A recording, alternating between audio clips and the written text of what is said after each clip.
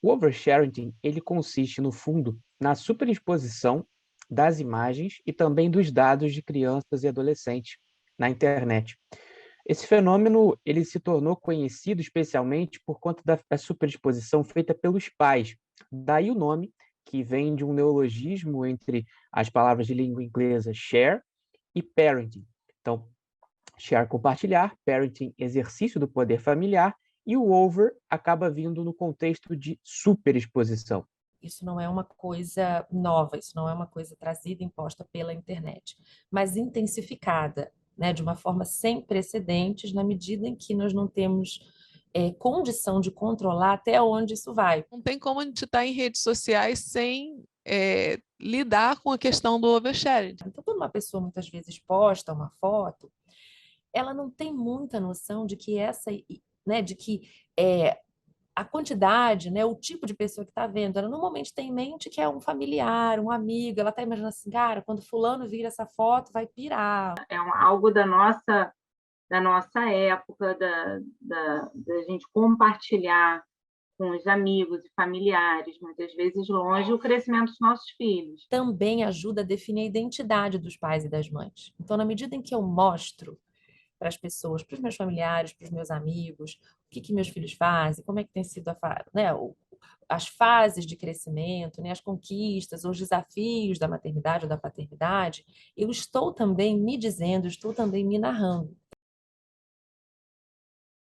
A maioria, a meu ver, não faz isso de uma forma consciente e deliberada para expor e prejudicar as crianças.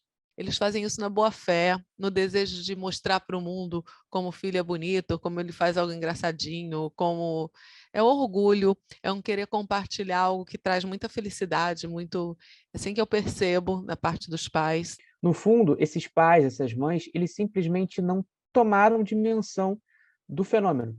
Eles não perceberam o quanto esse fenômeno existe, em primeiro lugar, e o quanto ele pode ser danoso para os filhos. E no futuro você não sabe exatamente como é que esses dados vão ser tratados, né? E como é que vai ser.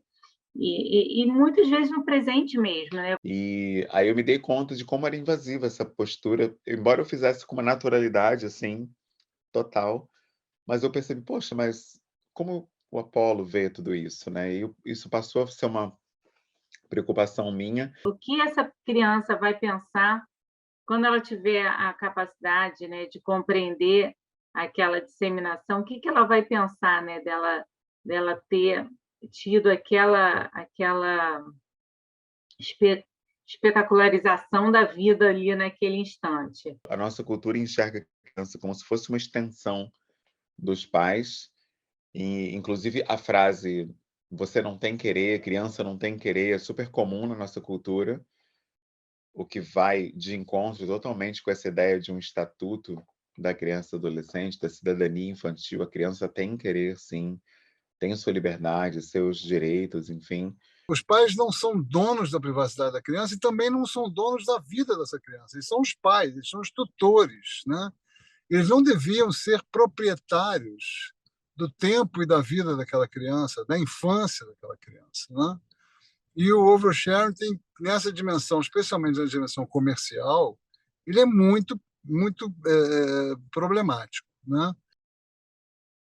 Você expor crianças, revelando onde que ela estuda, onde é que ele nada, onde é que ele sai, numa rede que é aberta, né, e que todos podem ter acesso. Então, são riscos que a criança é exposta por causa desse oversharing dos pais, que é sem critério.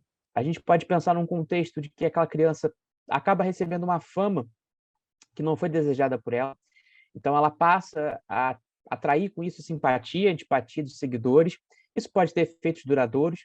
A gente vê práticas, isso já vem acontecendo, de bullying e cyberbullying. Tem também as marcas, tem as empresas que vão buscar uma interlocução com essas famílias e que vão buscar, por exemplo, patrocinar aquele conteúdo, fazer uma troca, fazer uma permuta, né? Então, aquela imagem começa a ser comercializada, aquela imagem começa a ser monetizada, né? E aí você começa a ter uma série de desdobramentos que podem ser mais complexificados na medida em que aí os direitos das crianças começam a ser violados, por exemplo, o da privacidade. A noção de privacidade, obviamente, fica prejudicada, né? Não precisa nem explicar muito, porque justamente é a privacidade dela que está sendo exposta, né? Está sendo exposta ao público geral, a qualquer pessoa que queira espiar, né?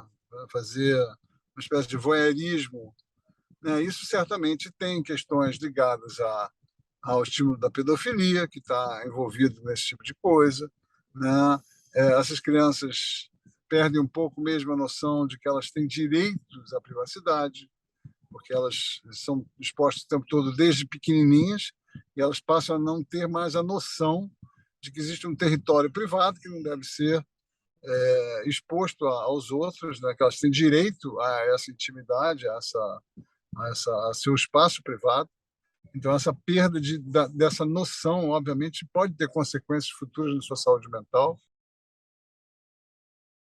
A responsabilidade pela proteção e cuidado das crianças e adolescentes é sempre compartilhada entre a família, a sociedade e o Estado. Isso está descrito no artigo 227 da Constituição Federal. Isso significa que cabe à família sim proteger, mas cabe também ao Estado e cabe também aos demais atores da sociedade civil, que podem ser as instituições sociais, que pode ser a escola, por exemplo, mas certamente são os profissionais liberais e as empresas, né? As corporações, e aí estão incluídas certamente as plataformas. As plataformas elas passam a ter também um papel preponderante, porque, no fundo, as plataformas elas se beneficiam dessa superexposição, porque tudo aquilo que é postado é a forma que nós temos de remunerar essas plataformas. As plataformas são corporações, são empresas de alcance, de atuação globais. No entanto, elas têm um endereço, né, que é nacional, que é a casa delas, né? E elas estão sujeitas a essa legislação antes de tudo.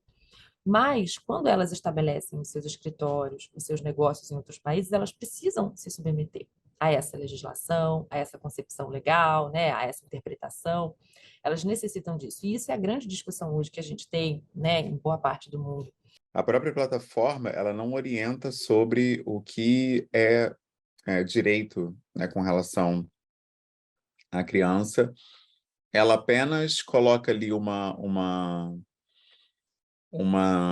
limite de idade para você criar um perfil, mas, para além disso, não existe nada mais. Não existe uma orientação, por exemplo, algum tipo de bloqueio com conteúdo que envolva crianças.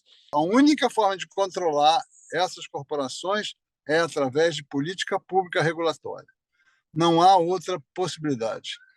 Existem iniciativas ainda muito tênues nesse sentido, mas se elas não caminharem rapidamente, vamos chegar a situações de limite, como já estamos chegando. A gente precisa construir esse diálogo, né, esse debate, para que a gente chegue a soluções específicas, ideais, concretas e que atendam aos direitos, nesse caso, das crianças e dos adolescentes. Eles têm que dar limites a essas plataformas de atuação, especialmente a camadas mais vulneráveis da população. Crianças e adolescentes têm que ser protegidas.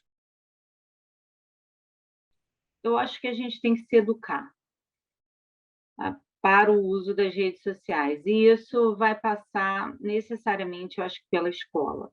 A sociedade tem que cobrar das empresas, não pode desassociar a responsabilidade que elas têm com o produto que elas vendem. A frase é protejam suas crianças, porque a gente não tem noção do que está por trás de toda essa facilidade que existe, não só facilidade, mas encorajamento para que a gente exponha nossas crianças ao máximo de conteúdo possível e transforme as próprias crianças e em conteúdo também. Então, a gente já vê na literatura movimentos de pais que estão buscando estratégias de compartilhar, sim, a imagem dos seus filhos, compartilhar, sim, o dia a dia, o cotidiano da sua maternidade, da sua paternidade, mas protegendo essa imagem.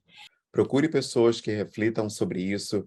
Tem o Criança em Consumo, tem o Coletivo Pais Pretos, você tem vários canais Criando Crianças Pretas, enfim, vários canais que problematizam isso nas próprias redes sociais para te orientar. Eu acho que essa é a dica, assim, fundamental para que a gente se torne ativo nesse processo.